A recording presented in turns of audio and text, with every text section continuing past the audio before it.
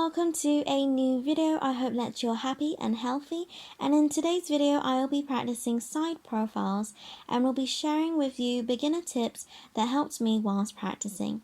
Let's get into it. So for a bit of a refresher and guide, I did start off by watching Proko's how to draw the head side view video, because I did find his videos on proportions and the Loomis method for the head helpful. Proko's video is a helpful reminder of the Loomis method, but of course for the side view, and general tips to bear in mind, which I will expand upon hopefully from a beginner's perspective of putting the tips into practice. So as I get into explaining my tips that helped me, I will be drawing two side profiles in the background. Tip number 1. Don't rely too heavily on the Loomis method to get the head size in proportion for the side view. I know this is a weird tip, but hear me out. Initially, I went along with the Loomis method that Proko demonstrates in his video.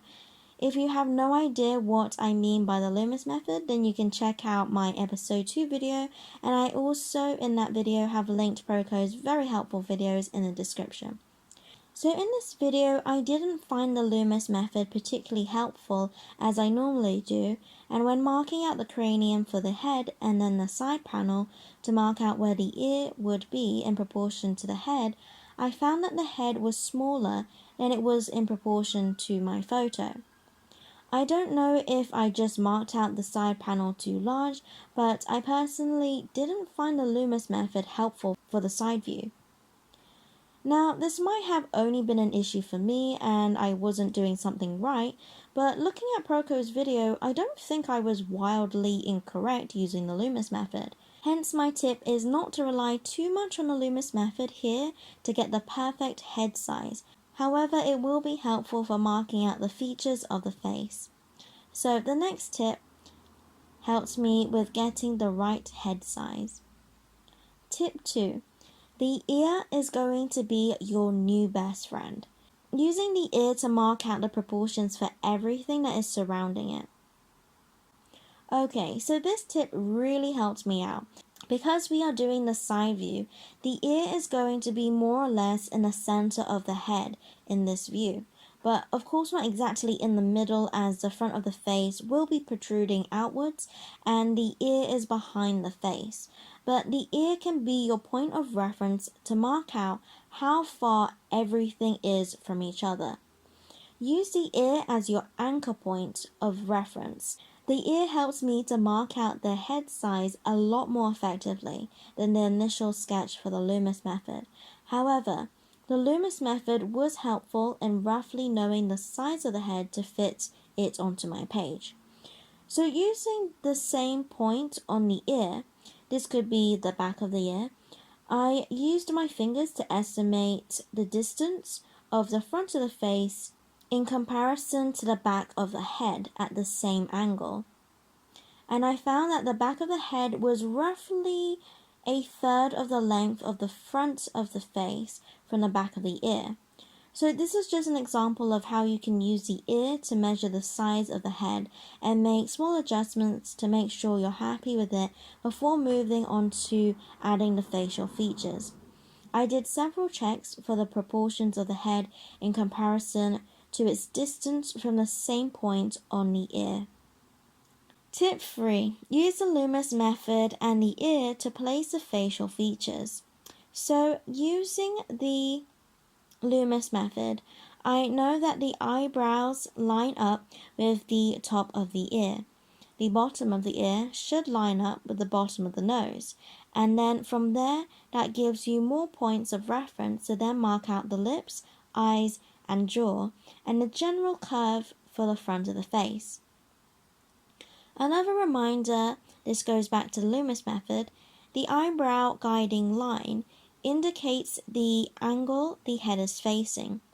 So for the first head that I draw, the head is slightly tilting upwards, and you can hopefully tell that by looking at the angle of the brows to the top of the ears, as it is going at an upward angle. This is helpful to know to then mark out the curve of the face that all the features are aligned with. which is something Proko mentions in his video, which I found helpful. Tip number 4. Another tip that Proko's video mentioned about drawing the facial features is the angle relationships, which is just as important as knowing the distance between each feature. The curve of the front of the face and the angle relationships is something Proko illustrates and explains well in his video. In Proko's video, he mentions the angle relationships between the eyes, nose, lips, and chin. But I also found that alongside doing this, you can double check you have the right angle relationship by comparing it with the ear again. I found that cross-checking your features with more than one point of reference is helpful to trying to be as accurate as possible, although I still need to practice this. So when you are drawing the nose and different sections of the nose, I think about, is it the right distance from the ear? Is the angle of it correct to the direction the face is facing? Is its angle relationship correct with multiple features on the face? This is a bonus tip that isn't specific to side profiles, but is something that I started to notice while practicing in this episode when drawing the jaw for the second profile. When drawing the outline of the facial features, be mindful of the shadows and how this can be harder to see where the lines or edges of each feature is. If the portrait is in deep shadows, you need to be mindful that you may not be able to see where the outline of each feature is. However, you need to shade in accordingly to the form of the feature and where there is that gradient of tones. So don't worry if you can't see the parts that are in deep shadows, as you can shade it in accordingly if it is covering a part of the facial feature, but bear in mind that this does not distort the proportions. This is something I struggled more with in the next episode, but I'll talk more about that in that video. The initial sketch is always the hard part, but don't be worked up if you can't draw a perfect outline because of deep shadows. Once I do the outline of what I can see, I gently rub it out and shade in the shadows. Sometimes the outline can look off, but when you add in the shadows, it starts to come together. Anyways, that is all from me. I hope that this video was helpful, even just a little bit. Thanks for being a practicing bud with me. If you wanted to follow along with me practicing portraits, where I practice different elements of portraits such as eyes, lips, nose, shadows, then you can check out my Practicing Portraits playlist. And as always, God bless, and I'll see you later.